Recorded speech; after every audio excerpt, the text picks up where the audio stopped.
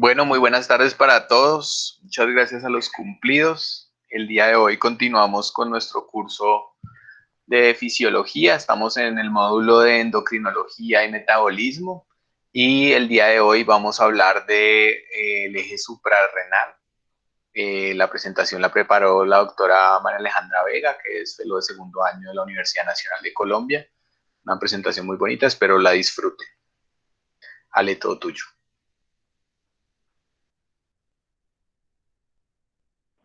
Buenas tardes, ¿cómo están? Les voy a compartir un momento mi pantalla.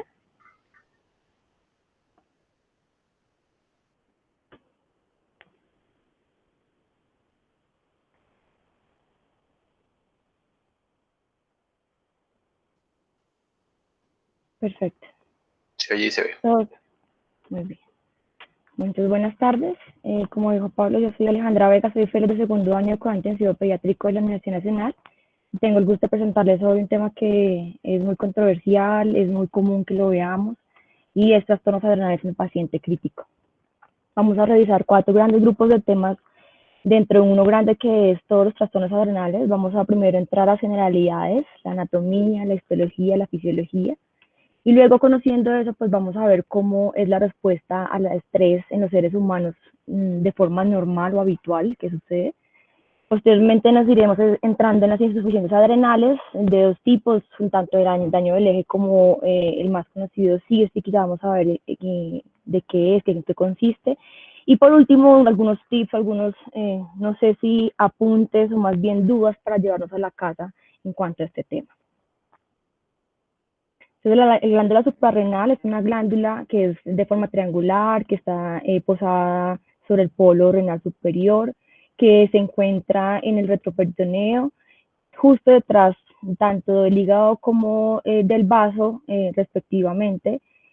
Y cuando uno se entra a ver la fisiología de la glándula suprarrenal, está compuesto por 2 elementos, una corteza, una médula, y está cubierta por una cápsula que es generalmente tejido conectivo, y además tiene un colchón de tejido adiposo que le permite su función, digamos, principal es de amortiguación. Cuando uno, la parte que vamos a especificar y que vamos a detallar más en esta exposición es acerca de la corteza adrenal, que tiene 3 espacios, tiene 3 capas en esa corteza, que desde la más externa a la más interna es la capa glomerulosa, que es la más extensa, la capa fasciculata, que es la más grande, que la que tiene más volumen, y la reticularis, que es la más interna. Cada capa tiene una función y tiene una secreción especial de algunas hormonas.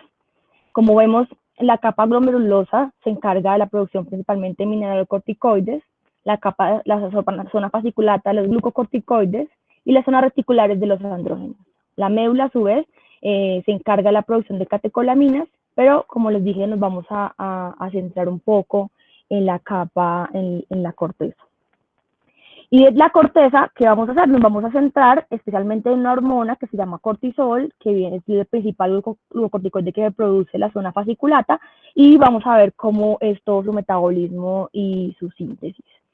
Para la síntesis de las hormonas que produce la corteza suprarrenal, pues todas van a estar derivadas de un elemento común, que es el colesterol, que ese sustrato va a pasar libremente a través de las membranas hacia la célula para empezar a ser metabolizada por diferentes vías y diferentes vías enzimáticas, ya sea para producir aldosterona o cortisol principalmente.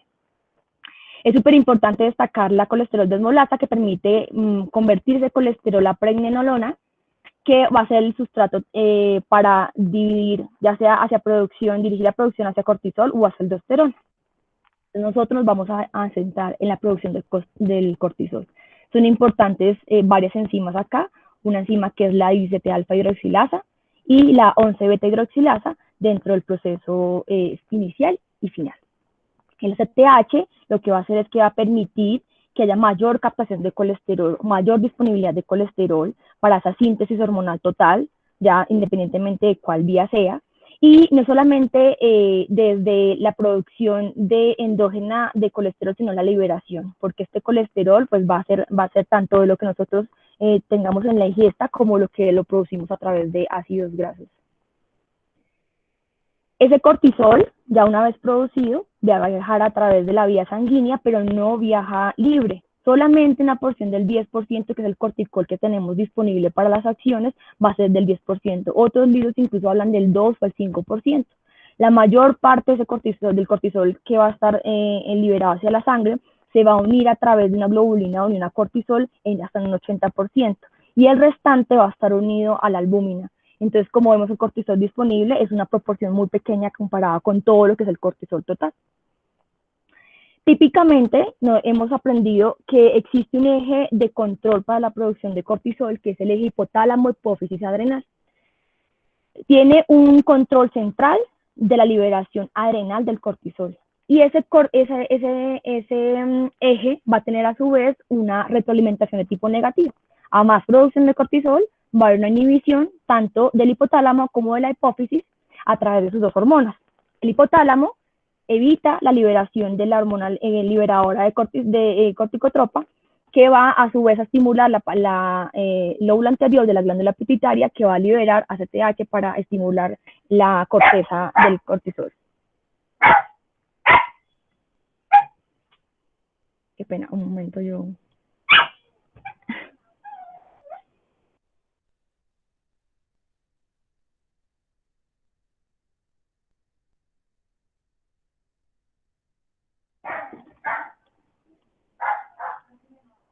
Listo, perfecto. Así que entonces, una vez tengamos ese cortisol disponible en la sangre, va a tener muchos efectos. La idea es que ese cortisol va a viajar y va a difundir libremente a través de las membranas celulares hacia el citoplasma, ya que es un elemento liposoluble, entonces no necesita un receptor como tal para poder entrar. El receptor que es fundamental y que va a ser realmente de gran importancia es el receptor que nada en el citoplasma, y una vez entra el cortisol, va a formar un complejo de ese receptor de glucocorticoides con unas proteínas de choque térmico que van a tener dos desplazamientos grandes conocidos para las vías del cortisol. Un efecto que es no genómico, que no necesita tener contacto con el ADN para hacer una estimulación tanto de la producción de proteínas antiinflamatorias como la inhibición de proteínas inflamatorias. Y tenemos otra vía, que es la vía de los efectos genómicos. Esta vía de los efectos genómicos tiene tres formas de hacerse notar y hacer su efecto principalmente. Una vía que, bueno, algunos más puristas lo dividen en dos, que es una vía que directamente va a tener efectos sobre el DNA, sirviendo como un factor de transcripción que estimula o reprime la producción de algunas proteínas, en el caso también de las proteínas antiinflamatorias o de las proteínas antiinflamatorias. O funciona también a través de interferencia de proteínas, formando complejos, por ejemplo, como con el factor kappa beta, que potencia algunos elementos de transcripción y de traducción. Esas son sus formas de llevar a cabo sus funciones, pero realmente, ¿qué hace el cortisol? El cortisol es un elemento que aumenta la gluconeogénesis hepática, aumenta la glucogenólisis, aumenta la proteólisis, la lipólisis, aumenta la resistencia celular a la insulina, aumenta la sensibilidad a las catecolaminas, y este elemento se ha visto relacionado con aumento en la contractibilidad y con el consecuente aumento del gasto cardíaco. Por otro lado, lo que también funciona disminuyendo la absorción intestinal de calcio y la reabsorción renal de calcio y fósforo. Y por último, inhibe los fibroblastos y la actividad osteolástica. Estos son los principales, pero la lista es muy grande de todas las funciones que ejerce el cortisol, que como pueden ver son sistémicas. Una de las funciones que más, tiene ahora apogeo es la función inflamatoria, que es muy llamativa para las enfermedades, sobre todo crónicas, y llama la atención que, como se conoce el mecanismo de acción de estos receptores de glucocorticoides, van a permitir básicamente actuar sobre la respuesta de la inmunidad tanto adaptativa como innata, pero principalmente sobre la inmunidad adaptativa. ¿Cómo va a interactuar con esta inmunidad? Va a tener una interacción a través de los receptores de los receptores de patrones de reconocimiento, como receptores de citocinas, y con complemento que va a potenciar algunas respuestas o a inhibir otras. Entonces, por ejemplo, va a inhibir las respuestas proinflamatorias y las buenas quimoquinas, pero no solamente, pero eso parece ser que no es solamente relacionado con el 100% de los pacientes, sino que tiene mucho que ver con la dosis que se libera y que está disponible como cortisol libre y el momento de la respuesta a la infección. Entonces, como aquí lo vemos, miren cómo un paciente con glucocorticoides permite tener una respuesta inmune mucho más temprana, mucho más inmediata luego del insulto, y los pacientes que no tienen glucocorticoides parece que esa respuesta se puede tardar mucho más. Esto simplemente les quiero mostrar que una infinidad de respuestas que inducen los glucocorticoides sobre las diferentes células del sistema inmunitario, tanto la mayoría inhibición como algunas activaciones que, dependiendo, como les dije, podría ser dependientes de dosis altas o de dosis bajas. Para el metabolismo hay dos órganos muy importantes que son el hígado y el riñón, que van a tener como elemento principal el metabolismo del cortisol por medio de dos hormonas, que son la 11 beta hidroxi,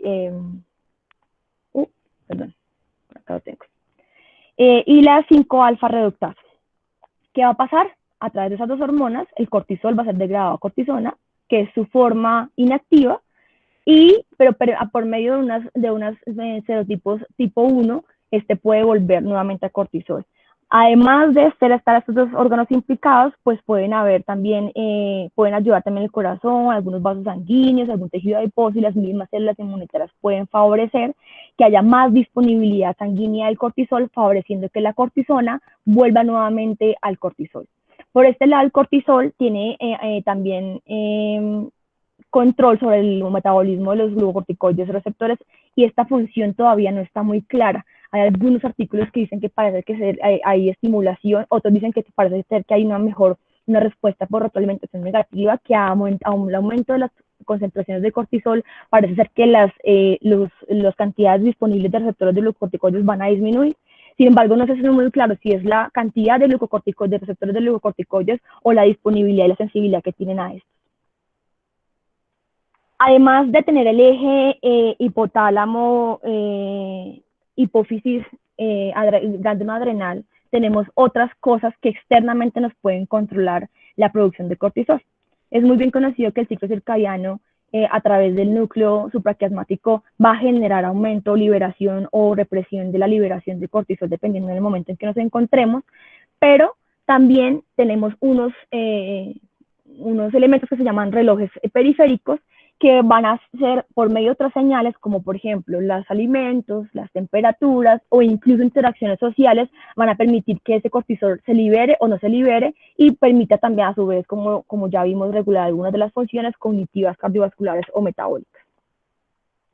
Entonces, esto es muy interesante porque es como las concentraciones plasmáticas de corticosterona van a ir cambiando a lo largo del ciclo circadiano, y hay un término que se llama, que es el ciclo o niveles ultradianos, que permiten dentro de un mismo ciclo, en ciclos menores a 20 horas, hayan modulaciones de respuesta de liberación de estas hormonas, dependiendo si el paciente está en una fase activa o fase inactiva. Entonces, por ejemplo, este paciente, este es un animal nocturno, que en ellos, pues, ¿qué va a pasar? Pasa de estar en el día inactivo a hacer una transición en la fase activa, que para él es la noche. Miren cómo esa transición de la fase inactiva a activa va a tener su mayor pico. ¿Qué pasa en humanos? En humanos con condiciones normales, lo que vamos a ver es que también surgen ese pico de tanto de cortisol como de ACTH. En esto, digamos, hasta aquí vamos en nuestro modelo tradicional de que a más ACTH hay más producción de cortisol. ¿Cuándo se produce eso? Preferiblemente en horas de la madrugada, y va a tener un descenso de esos picos hacia más o menos el mediodía.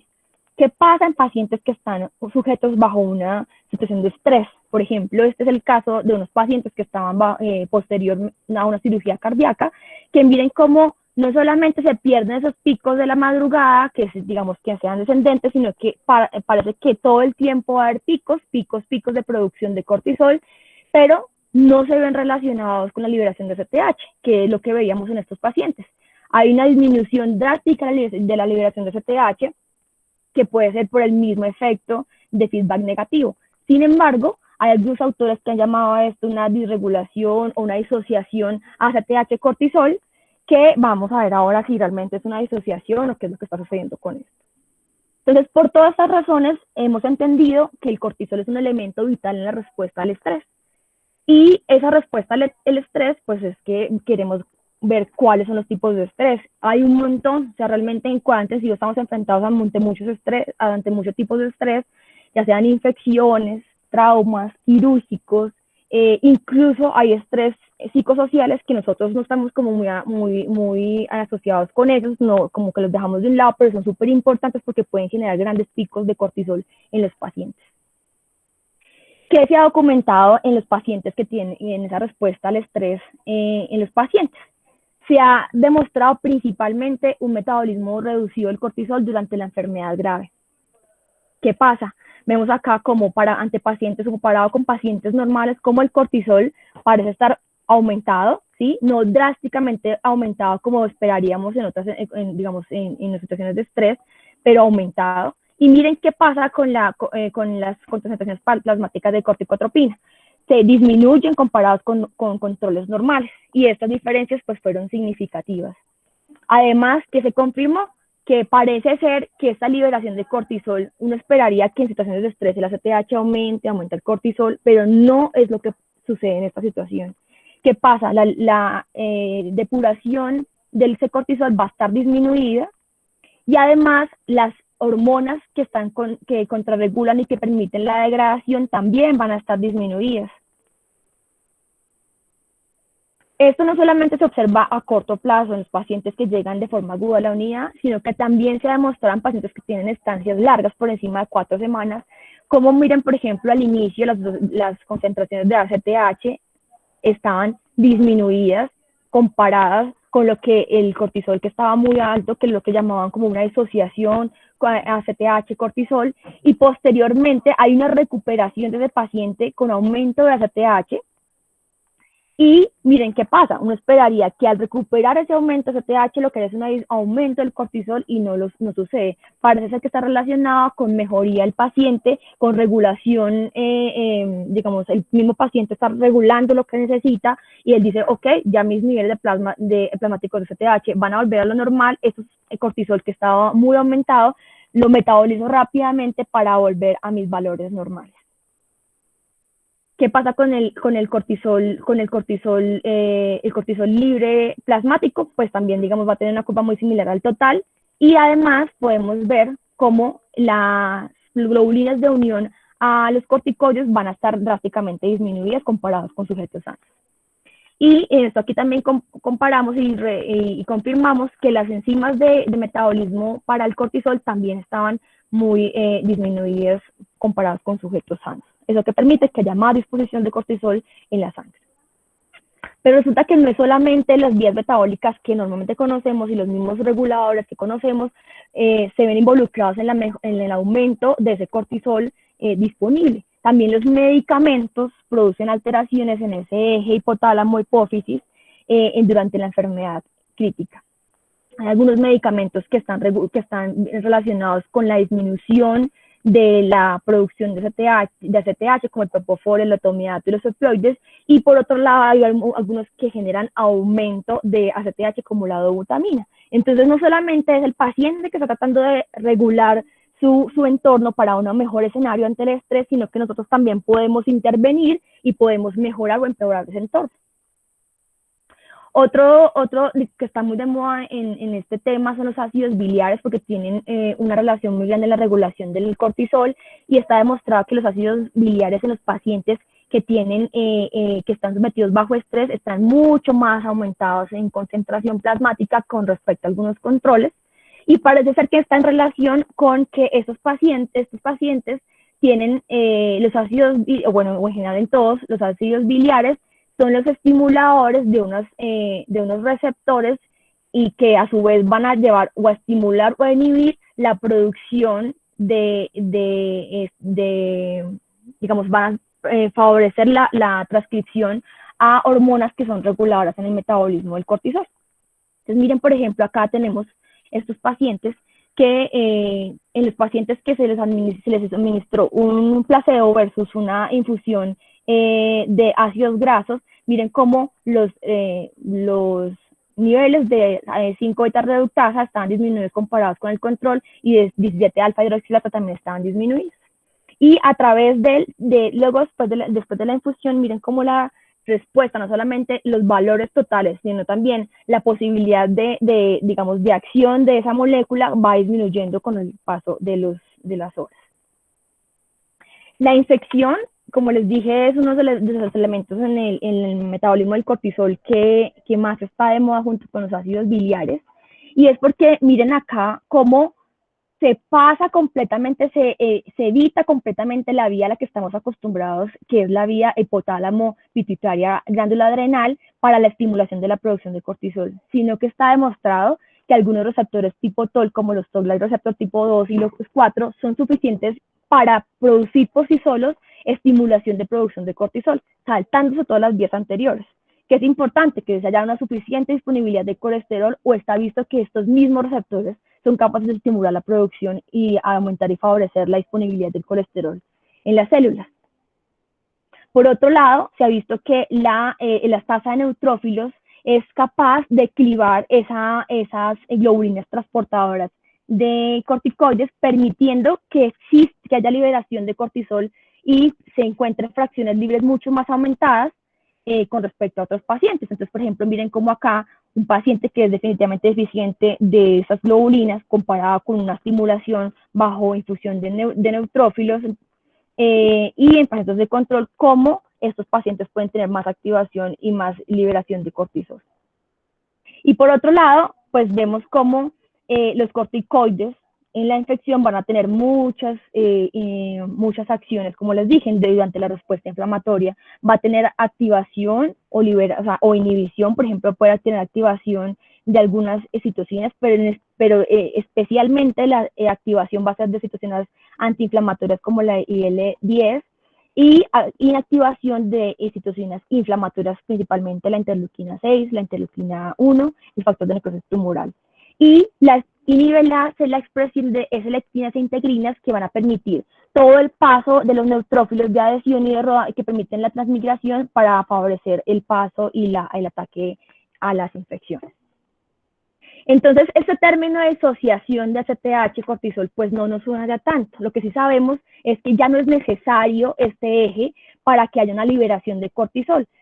Disociación, no sabemos todavía si podemos llamarlo así. Parece ser que o sea, en situación de estrés no se puede llamar disociación, es lo que ocurre habitualmente.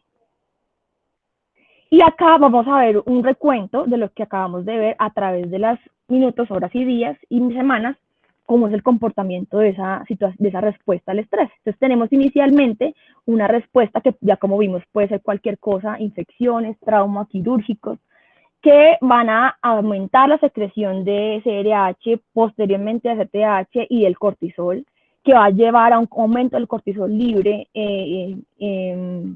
intravascular, y ese cortisol, pues uno va a tener los efectos que ya vimos que tenía sobre todos los sistemas, pero por otro lado va a generar mayor producción en el hígado de situaciones que van a permitir regularles el estrés y la inflamación, y por vía de regulación negativa, pues va a disminuir la expresión de los receptores de glucocorticoides y estimulación de las mismas globulinas de transporte. ¿Para qué?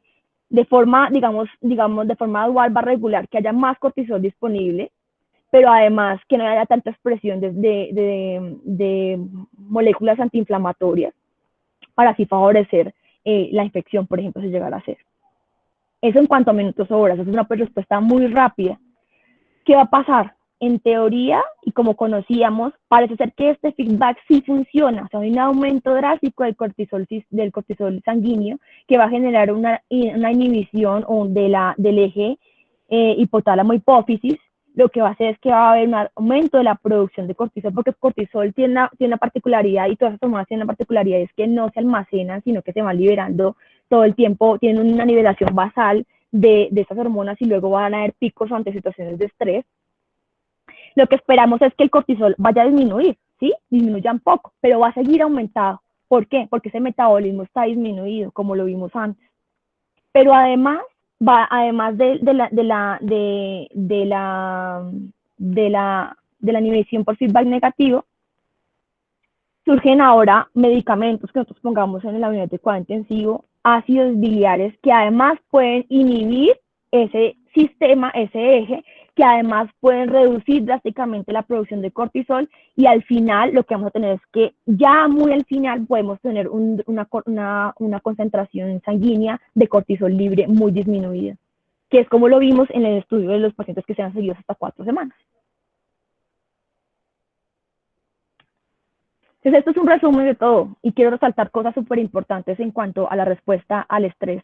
Uno, que definitivamente el cortisol libre va a estar aumentado, ¿sí? No tan aumentado como esperábamos, porque realmente se va a inhibir la producción, lo que va a pasar es que el metabolismo se va a reducir. Por otro lado, la ATH va a estar muy disminuida en etapas iniciales y luego por allá en etapas finales, cuando el paciente se va a empezar a recuperar, es que va a llegar a sus rangos normales. Definitivamente las glóbulas de unión a las glucocorticoides van a estar disminuidas para aprovechar el cortisol libre. Y por último, el metabolismo del cortisol pues va a estar drásticamente disminuido. Entonces, ya entendiendo qué es lo que pasa en las situaciones de estrés, cómo es el metabolismo, cómo es toda la fisiología del cortisol, vamos a centrarnos en la insuficiencia adrenal. Y aquí queremos resaltar dos cosas. Uno, que si teniendo en cuenta el eje habitual que conocemos, pues vamos a hablar de insuficiencia adrenal terciaria, secundaria o primaria, dependiendo en qué momento del bloqueo de ese eje va a estar la alteración. Y vamos a hablar de CIRSI durante eventos de estrés, que esa regulación pues está a la baja a la alta y nos va a generar alteraciones en el paciente. Entonces, la insuficiencia adrenal absoluta, que puede ser primaria, secundaria, terciaria, es una entidad rara, ¿sí? La primaria, pues es daño principalmente en la glándula adrenal. Pueden ser, hay distintos muchos casos, pero son reportes de casos como, por ejemplo, traumas, cirugías. Lo más frecuente dentro de la insuficiencia adrenal primaria es hasta un 70% de la hiperplasia suprarrenal, y de estos, la deficiencia de 21-hidroxilasa pues es la más frecuente. También podemos ver enfermedad adrenalitis autoinmune o infecciosas como por tuberculosis, meningococo o hongos. En la secundaria ya nos involucramos con la patología intracraneal, traumas, hemorragias, tumores, radioterapia, o incluso hay casos de enfermedades congénitas que tienen una deficiencia en la ACTH. La terciaria es súper importante en los pacientes crónicos, la administración crónica de glucocorticoides, que tiene una prevalencia hasta de 150 a 200 por cada 1.000.000 de pacientes pediátricos. Y también tenemos que tener en cuenta que puede haber déficit de SRH congénito. En esta entidad, el tratamiento, digamos, el enfoque rápido, superagudo del paciente debe ser la administración de corticoides, porque definitivamente no hay forma de que estos pacientes puedan producir corticoides porque no hay ni estimulación o hay una imposibilidad para su producción, entonces deben administrarse rápidamente. Y ya entrándonos en el tema que es tan controversial, que es CIRSI, el CIRSI es una insuficiencia de corticoides relacionada con enfermedades graves. Su definición ha migrado a través de los años. La que se conocía típica era una disfunción del eje hipotalámico pituitario adrenal que ocurre durante una enfermedad crítica, pero con todo esto que vimos de la fisiología ya sabemos que puede que no haya una disfunción como tal del eje. El eje puede estar normal, pero todas las situaciones anexas a la producción o al metabolismo y regulación del cortisol pueden ser las involucradas durante esta enfermedad. Entonces, ¿qué vemos? Que la definición migró a simplemente decir que la disponibilidad sistémica de cortisol es insuficiente para enfrentar el estrés de la enfermedad.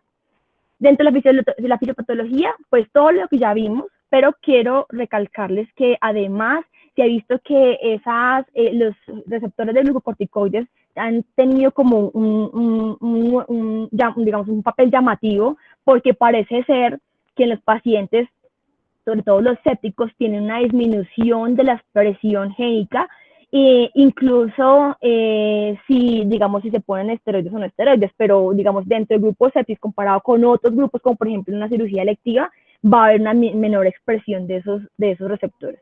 Pero además de no haber una expresión, o haber una expresión disminuida, perdón, cabe recalcar que hay dos isoformas, una isoforma alfa, una isoforma beta, y en especial esa forma alfa, la que más tiene efecto sobre, como vimos, los efectos genómicos y no genómicos. La isoforma beta parece ser que es una forma inactiva, no está muy claro qué es lo que hace, parece ser que es más proinflamatoria que antiinflamatoria. Entonces se ha visto que en algunos pacientes que tienen esta enfermedad está más expresada esta isoforma. Y entonces cuando uno mira y compara a los pacientes que tienen una sensibilidad incrementada a los alelos de esta isoforma, de la isoforma alfa, parece ser que no tiene diferencia entre si se le pone o no se le pone corticoide, porque por más que yo le vaya a poner corticoide, si el receptor no me está funcionando de forma adecuada, no tengo forma de que el paciente tenga una mejoría clínica. Se ven relacionados, sí, los pacientes que tienen más severidad, pero no parece ser que es problemas de sensibilidad. Y todo el resto de cosas que ya conocíamos, síntesis suprarrenal alterada de cortisol, ya sea por necrosis, por hemorragia, que son muy raras, por disminución de la disponibilidad de colesterol esterificado, por inhibición de la esteroidogénesis.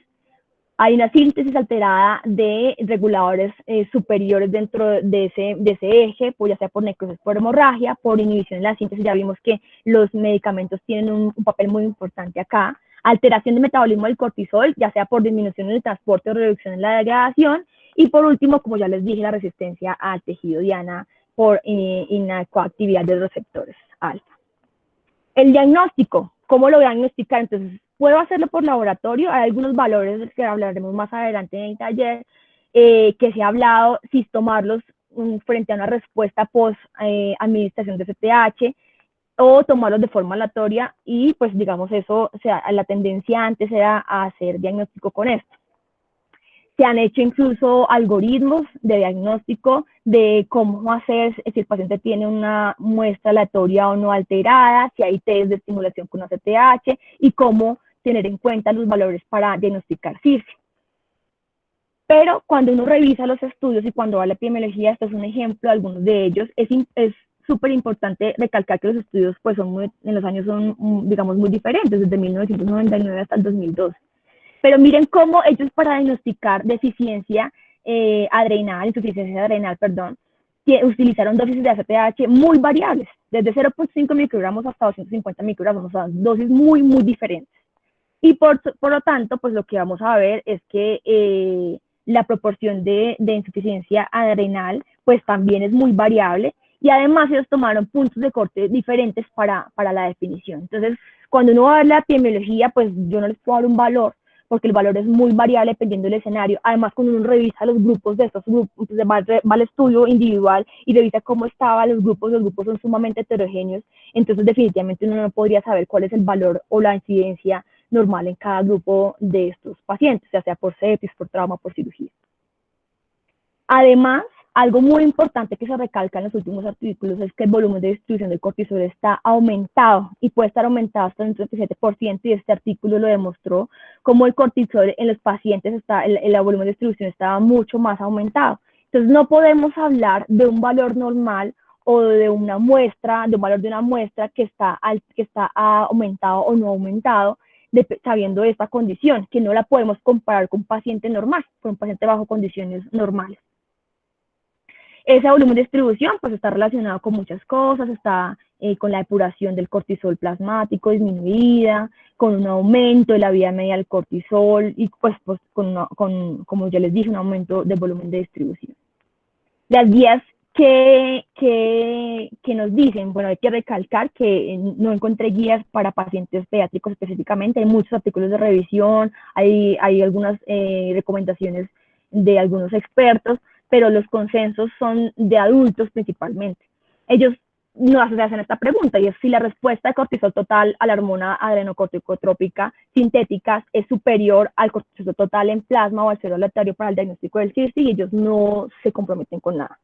No hacen ninguna recomendación si usar uno o el otro. Dicen que las pruebas son muy difíciles de hacer, y cuando revisamos cómo se hacen las pruebas, son unas pruebas que requieren muchos pasos, no se sabe si han diseñado algunas fórmulas para poderlo calcular, porque no sabe si calcular el cortisol total, el libre, para poder calcular el libre tiene que hacer unas depuraciones por diálisis. Entonces el procesamiento nomás de la muestra es muy difícil. Y por otro lado, se preguntan también si la respuesta hemodinámica, porque uno diría, bueno, si no lo puedo hacer por laboratorio, entonces por clínica.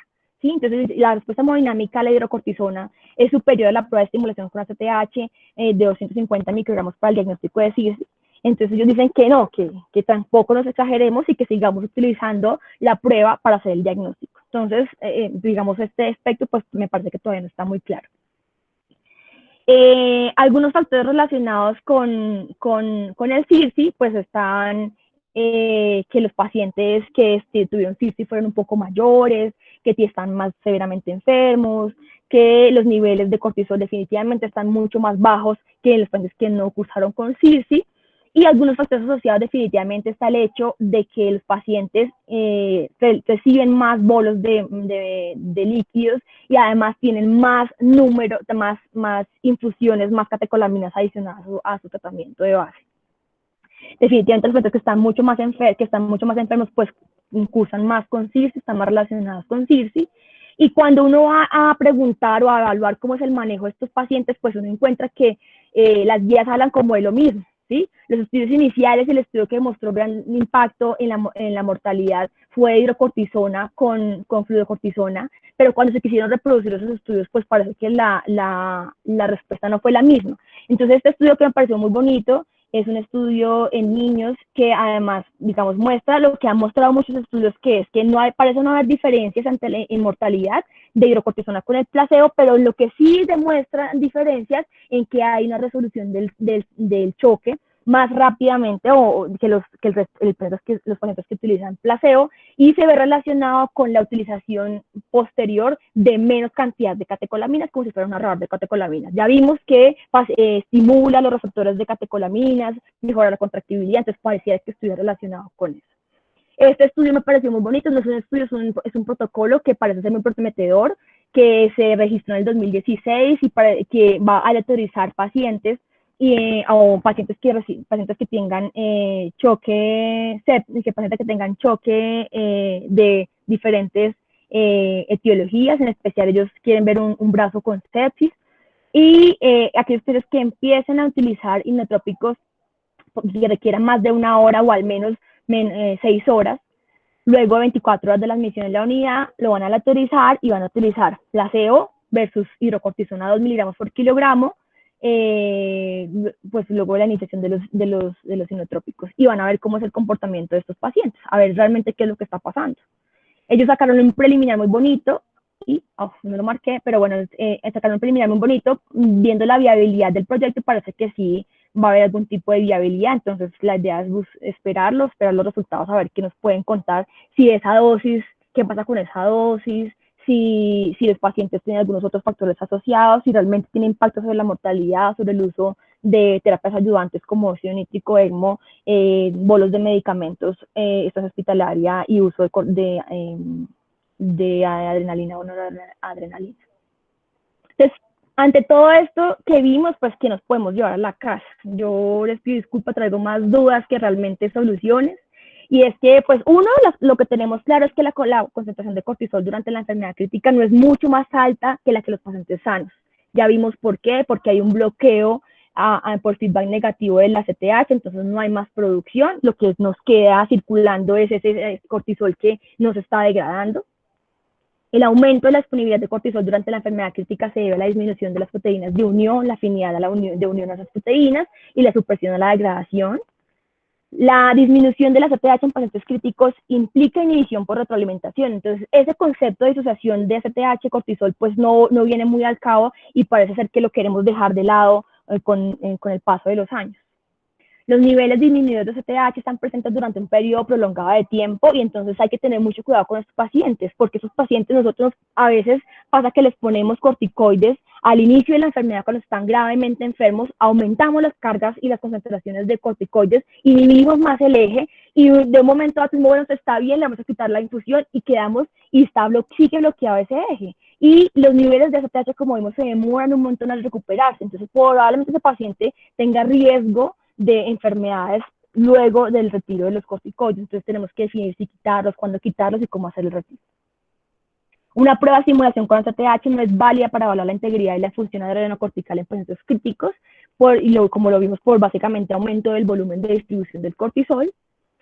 Es probable que tengamos que revalorar la dosis de hidrocortisona. No me quise meter mucho en hidrocortisona porque hay una pregunta del taller con respecto a esto, pero solo quiero adelantarles que hay estudios que parece ser que a dosis altas no se ha visto mayores efectos adversos, pero un estudio grande como con 1.440 pacientes pediátricos que demostró que la hidrocortisona de la administración durante la etapa crítica de la enfermedad se veía relacionada con disminución del rendimiento cognitivo en los pacientes a largo plazo. Entonces, como vimos en los pacientes, no sabemos si la dosis de hidrocortisona es la adecuada, podríamos disminuir esa dosis, porque esa dosis cuando uno mira de la dosis normal, que de repente debería recibir es hasta 12 veces más alta. Y además, pues, por último les traigo una anotación que me parece muy bonita de investigaciones futuras, y es qué pasa con los pacientes durante un periodo prolongado, que los tenemos que seguir, hasta cuánto los tenemos que seguir, qué pasa con los pacientes que se van para la casa, cómo sigue su eje de regulación, y pues ver a investigaciones acerca de estrategias novedosas para prevenir y tratar si es que lo necesitamos, porque realmente necesitamos unos valores normales de CTH, de cortisol, cuáles son los valores normales en estos pacientes. Entonces eso, tenemos muchas dudas en cuanto a eso y no sabemos cómo manejarlos. Muchísimas gracias. Ale, muchísimas gracias. Muy bonita la presentación.